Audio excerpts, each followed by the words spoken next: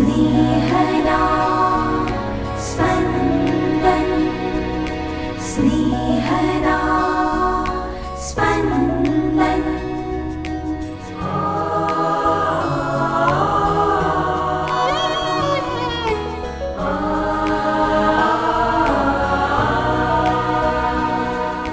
સામાન્ય કાળનો 19મો રવિવાર. જીવનમાં મુશ્કેલીઓ તો આવશે, પણ ઈસુ હર હંમેશ આપણી સાથે છે, માટે ડરવાની જરૂર નથી. તેમના પર વિશ્વાસ રાખીએ, તેઓ આપણને સંભાળી લેશે. ચાલો દરરોજ ઈસુ પર ભરોસો રાખીને જીવીએ. સાંભળીએ સંત માથીકૃત શુભ સંદેશ, અધ્યાય 14, કડી 22-33. એ પછી વિના વિલંબે ઈસુએ શિષ્યોને હોડીમાં બેસાડીને પોતાની આગળ સામે કાંઠે મોકલી દીધા અને પોતે લોકોને વિદાય કરવા રોકાયા. લોકોને વિદાય કર્યા પછી ઈસુ પ્રાર્થના કરવા માટે પર્વત પર એકલા ચાલ્યા ગયા. સાંજ પડી અને હજી તેઓ એકલા જ હતા. હોડી તો ક્યારની કિનારાથી ખાસી દૂર પહોંચી ગઈ હતી ને સામા પવનમાં મોજાની થપાટો ખાતી હતી. રાતના ચોથા પહોરે ઈસુ સરોવર ઉપર ચાલતા ચાલતા શિષ્યો પાસે આવી પહોંચ્યા. તેમને સરોવર ઉપર ચાલતા જોઈને શિષ્યો ભયભીત થઈ ગયા અને બીકના માર્યા બૂમ પાડી ઉઠ્યા, ભૂત! ભૂત! પણ તે જ ક્ષણે ઈસુએ તેમને કહ્યું, હિંમત રાખો, એ તો હું છું, બીશો નહીં. ત્યારે પીતરે સામેથી કહ્યું, પ્રભુ, આપ હો તો મને પાણી ઉપર આપની પાસે આવવાની આજ્ઞા કરો. ઈસુએ કહ્યું, આવ. એટલે પીતર હોડીમાંથી ઉતર્યો અને પાણી ઉપર ચાલતો ઈસુ પાસે જવા લાગ્યો. પણ પવનને તોફાને ચડેલો જોઈને તે બી ગયો અને ડૂબવા લાગતા બૂમ પાડી ઉઠ્યો, પ્રભુ, બચાવો! બચાવો! તરત જ ઈસુએ હાથ લાંબો કરીને તેને પકડી લીધો અને કહ્યું, અરે અશ્રદ્ધાળુ, તે શંકા કેમ આણી? પછી તેઓ બંને હોડીમાં ચડી ગયા એટલે પવન પડી ગયો. હોડીમાં હતા તેઓ ઈસુને પગે પડ્યા અને કહેવા લાગ્યા, સાચે જ આપ ઈશ્વરના પુત્ર છો. स्नेहदा स्पन्दन स्पन्दन। આપણે જે વ્યક્તિ, સ્થળ કે વસ્તુને જોઈએ છીએ કે કોઈ રીતે એના સંપર્કમાં હોઈએ છીએ, તેના પરનો આપનો વિશ્વાસ ને માન્યતા ઠોસ પુરાવા ને તર્ક પર આધારિત હોય છે. પણ આપણે જેને જોયા નથી કે જેની માટે માનવીય તર્કમાં સમાય એવા કોઈ ઠોસ પુરાવા નથી, એવા પ્રભુ ઈસુમાં આપણો વિશ્વાસ ને માન્યતાઓ માનવીય તર્કથી ઉપર હોય છે, જેને કોઈ પુરાવાની જરૂર હોતી નથી. પણ હકીકત એ છે કે જગતારક ઈસુ એ દુન્યવી ચીજવસ્તુ કે પદાર્થ નથી જેને જોઈ શકાય કે જેના પુરાવા હોય. ઈશ્વરમાં શ્રદ્ધા એ મગજ દ્વારા નહીં, પણ હૃદય દ્વારા થતી અનુભૂતિ છે, જેને પછી આપણે પ્રાર્થના, ઉપાસના વિધિઓ અને પવિત્ર શાસ્ત્રના વાંચનથી મજબૂત કરી શકીએ છીએ. એક તાજું જન્મેલું બાળક નથી માતાને ઓળખતું કે નથી કશું સમજતું, પણ માતાના ખોળામાં કેટલું શાંતિ અને સુરક્ષાના ભાવ સાથે પોઢેલું હોય છે. આ છે બાળકનો વિશ્વાસ એની માતામાં. એને એની માતા વિશે કાંઈ સમજવાની પણ જરૂર નથી, એને ફક્ત વિશ્વાસ છે. આવો જ વિશ્વાસ શ્રદ્ધાળુને ઈશ્વરમાં હોય છે. આજના શુભ સંદેશમાં ઈસુ પરના વિશ્વાસનો એક પ્રસંગ નોંધાયો છે. તોફાનમાં અટવાયેલી હોડીમાં શિષ્યો બેઠા છે. ચોથે પહોરે એટલે કે પરોઢિયે ઈસુ પાણી ઉપર ચાલતા એ હોડી તરફ આવે છે. શરૂઆતમાં ઈસુને ભૂત સમજી બેઠેલા શિષ્યો પછી ઈસુને ઓળખે છે, એટલે એમને નિરાંત થાય છે. શિષ્યોમાં એકલો પીતર ઈસુને પોતાને પાણી ઉપર ચાલીને એમની પાસે આવવાનું કહે એવી વિનંતી કરે છે. ઈસુ તેને બોલાવે છે.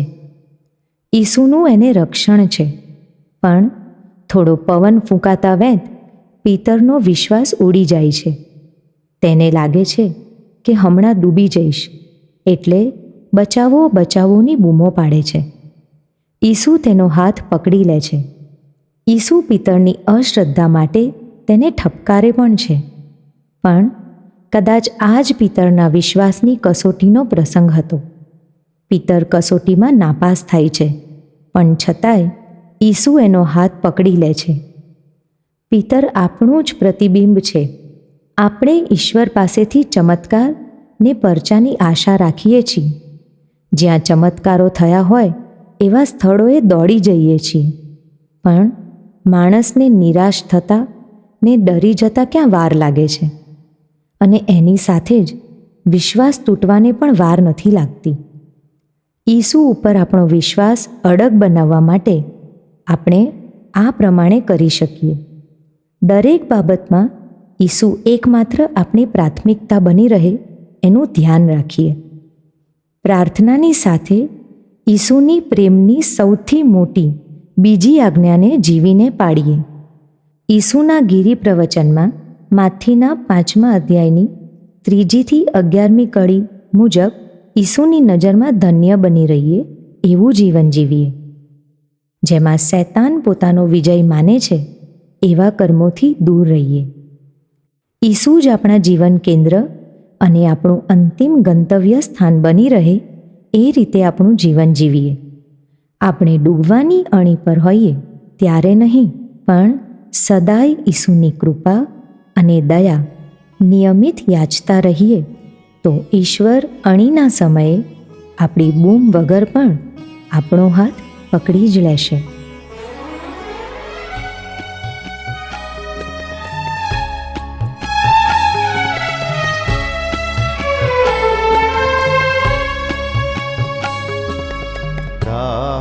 તારવા તમે પ્રભુ સમર્થ છો, તારવા તમે પ્રભુ સમર્થ છો, જેવો છો તેવો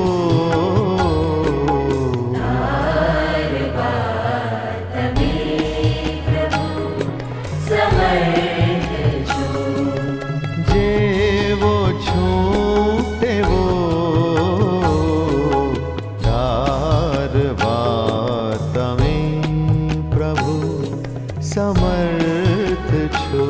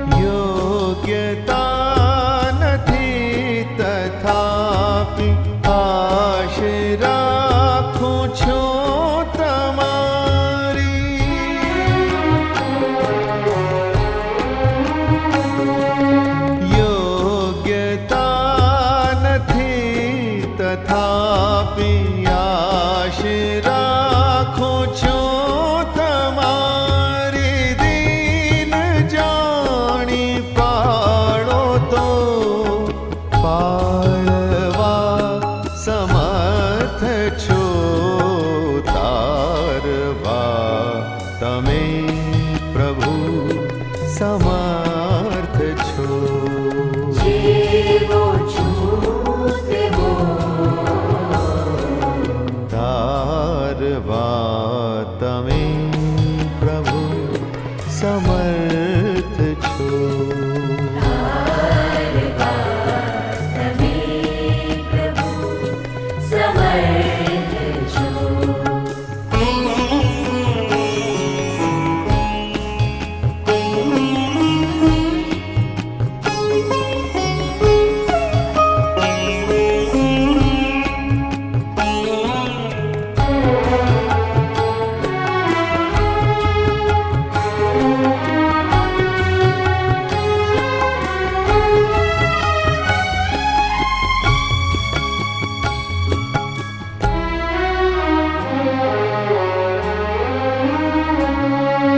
મુક્તિ પદ માંગવાની હામ કેમ ચાલે મારી.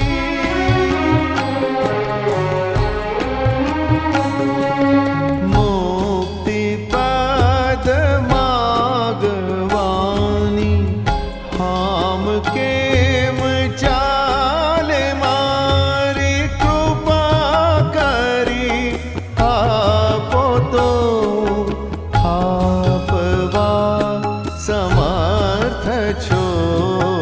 તારવા તમે પ્રભુ સમર્થ છો.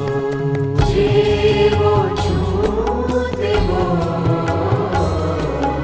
તારવા તમે પ્રભુ સમર્થ છો. તમે પ્રભુ સમર્થ છો.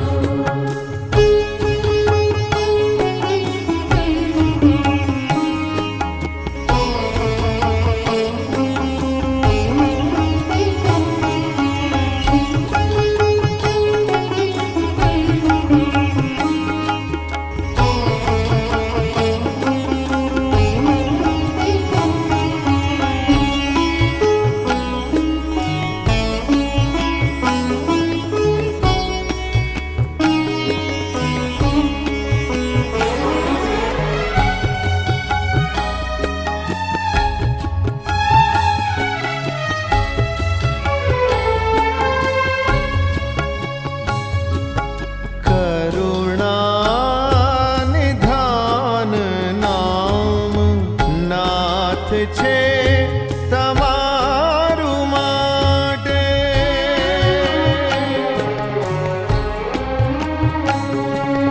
કરુણા નિધાન નામ નાથ છે